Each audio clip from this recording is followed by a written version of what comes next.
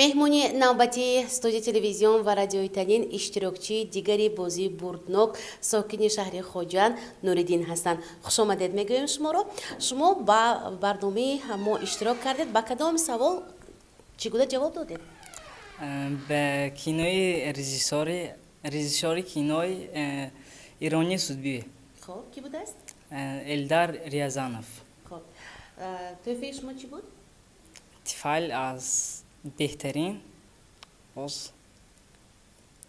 Хоб, Нуриддин, медонед чи шумо метавонед санаи 4 январи соли 2023 милодӣ ба мағозаи беҳтарин рафта анамун тӯҳфае ки шумо имрӯз бурд кардед онро аз худи мағоза дастрас карда бошед.